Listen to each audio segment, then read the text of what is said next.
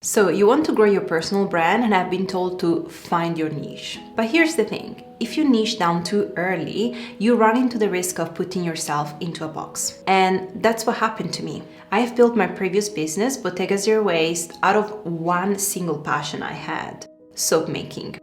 But then my priorities shifted and my interests changed, and after 5 years I decided I wanted to start talking about another big passion of mine, content creation. As per the personal brand I had built over 5 years, well, I was still the soap girl and I had to start from scratch. But in the process of losing myself, I discovered that when niching down is done right, you don't need to limit yourself in how you want to express yourself. And at the same time, you can still reach the specific people you want to target with your product and services. So in this video, I will walk you through the 4 steps you can take to find your niche without losing yourself in the process. As I was doing research on this topic, I came across this video by Gary Vee and this other video by Danko. The point that they both make is that you don't really need to confine yourself to a specific niche in the way you create content online, because the niche is you and you need to niche within yourself. And I wholeheartedly believe that. So let's break this concept down together. First off, I think in this idea we can find elements that overlap with the concept of building a personal brand. And a personal brand is the process of defining and promoting what you stand for as an individual. And understanding what you stand for as an individual is the foundation for showing up in the digital world without feeling like you need to be restricted to a specific narrow niche. So let's start with step 1. What content do you want to create? Now, you might have different topics you want to talk about that don't really fit under one umbrella, but this can be very confusing for anyone who finds you through a specific piece of content, because some other topics you talk about may just not be interesting or relevant to that person. So in order to have the creative freedom to tackle different topics, you need to arrange them in a strategic way.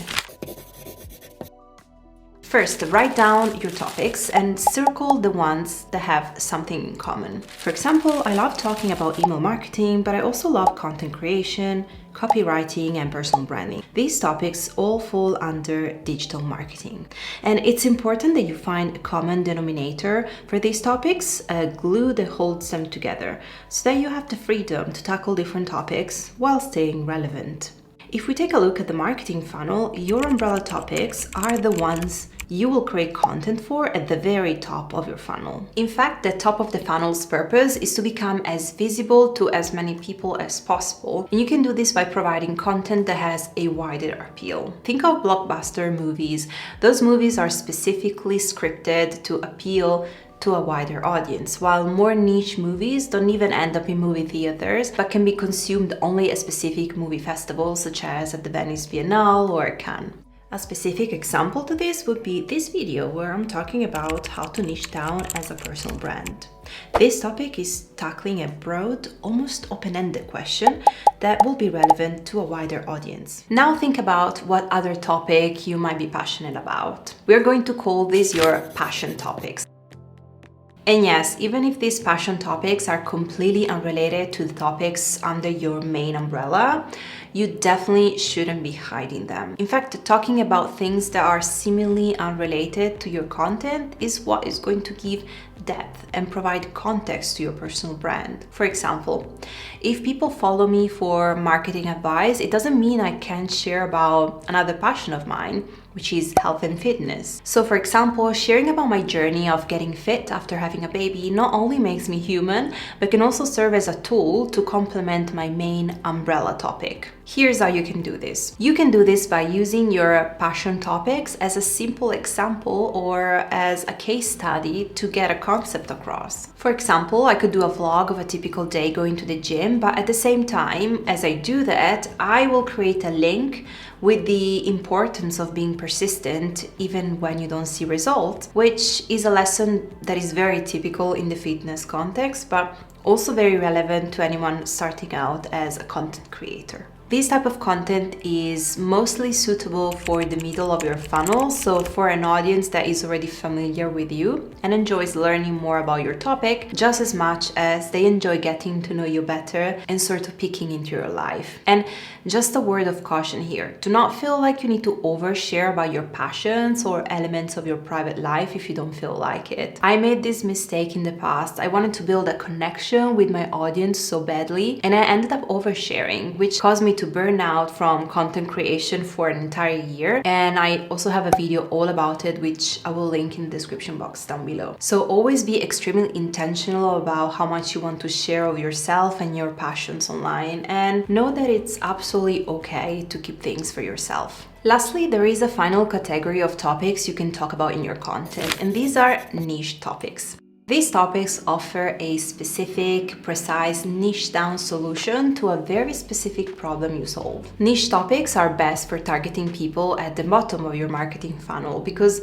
they are more likely to become one of your customers, because these topics address a niche problem that they are actively seeking a solution for. These topics should also be closely related to a product or a service you offer and create a bridge that will take your ideal customer from learning more about the solution to their specific problem to the actual implementation of this solution, which you will fulfill with your offer. But before we go out and create content about these topics, first we must uncover a crucial missing element, the glue or common thread between all of these different topics you will talk about. So step number 2 of the process of niching down is, why do you do what you do? Or in other words, what is your mission? To put it with Simon Sinek's words, people don't buy what you do, they buy why you do it. When you permeate your entire content with why you're doing what you're doing, you will attract an audience that resonates with the same values you have and will better understand and enjoy your content. However, when you share your why, you also want to make sure you don't just keep your mission merely focused on yourself. Your audience must identify with your mission, because the reality is that people who follow you won't do it just because they want to support you, but primarily because they want to learn something for themselves. As Dr. Michelle Mazur, author of The 3-Word Rebellion, explains, you don't start a business just to make money. You start a business to make a difference, help people, and change the world for the better. But in order to do this, you must have a mission and a message that matters to people, that embodies what you believe in and what you want to fight against. It's a message that demands attention. Being empathetic and wiring your messaging around who you are here to help is a crucial step that will bring you closer to finding your niche. Which takes me to the next step. Who are you speaking to? Who are you trying to reach when you're creating your content? Having a crystal clear idea of who you want to speak to is absolutely crucial, because this is how you can craft a message that truly resonates with who is listening to you. Quoting Seth Godin, marketing is understanding the point of view of the people we seek to serve. And only by being empathetic, we can learn more about our target audience. But to be honest, chances are that if you're just starting out, you most likely won't know your who yet. But as you get more intentional with your content, you'll start gaining a more precise understanding of your who. And one way to do that is to connect with your audience, taking feedback and actually interacting with them, for example, by replying to the comments below your content. Another great way would be to jump on a one-to-one call with a selection of people to find out more about them and what specific problems they have that you could help solve with your content and paid offers. And keep in mind that when sharing content, you can offer solutions to problems you've already solved, or simply share things as you're learning them. In fact, sharing things as you learn them, or simply documenting solutions in real time, not necessarily as an expert, can be a great way to create connection with your audience. And that's because people connect more with those who can relate to, those that share the same problems and challenges. For example, when I started my other business, Bottega Zero Waste, I started documenting my soap making journey and everything I was learning about the craft along the way. So many people were interested, and this is how I built a loyal following. And eventually, when I became an expert at soap making and had enough feedback from my audience, I was able to create courses, monetize my knowledge, and lead others into the craft with confidence. And now I'm doing the same by sharing a mix of videos on topics I feel an expert in and other topics I am still learning more about. Okay, let's move on to the last section of finding your niche. For the last step, you need to identify the most important element of the formula that will lead you to finding your niche. The how you as a person are able to communicate with your target audience, or in other words, your voice. An essential element to finding your voice is to learn how to share your thoughts and opinions even when they're polarizing, and then protect your voice at all costs. Because it's so easy to lose your voice with all the noise that there is in the digital world, especially on social media. It's so easy to compare yourself to others, or to get off track by listening to others' opinions or by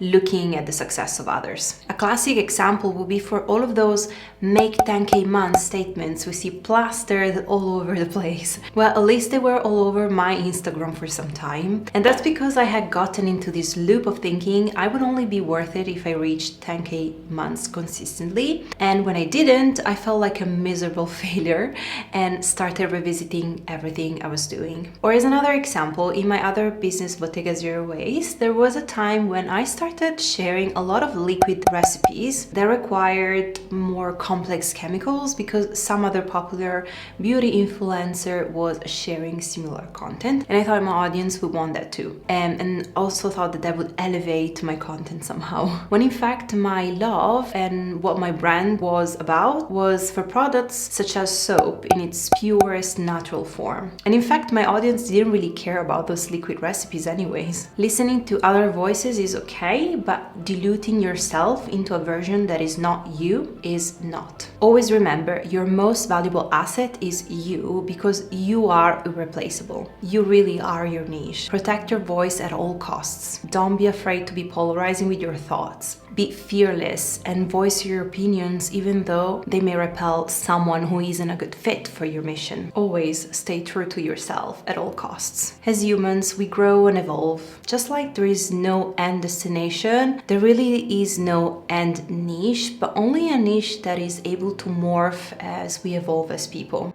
And going back to the dilemma of not knowing or not wanting to niche down presented at the beginning of this video, I think we should actually flip the problem on its head. Find out what your content should be about, what your mission is, how to have empathy and connect with others on a similar journey, how to boldly and unapologetically share your thoughts. And only once you get clear on all of these things, then you can create a niche product to solve one specific problem for one specific person. And this is important because while you can always change and archive an offer or a product you no longer want to sell, you cannot really archive yourself if you outgrow your niche. That's why it's crucial to show up in the digital world in a way that gives you room to evolve as a creator and as a person without losing yourself in the process. Well, I hope you've enjoyed the video and that it gave you more clarity towards finding your niche. Or shall I say, finding yourself.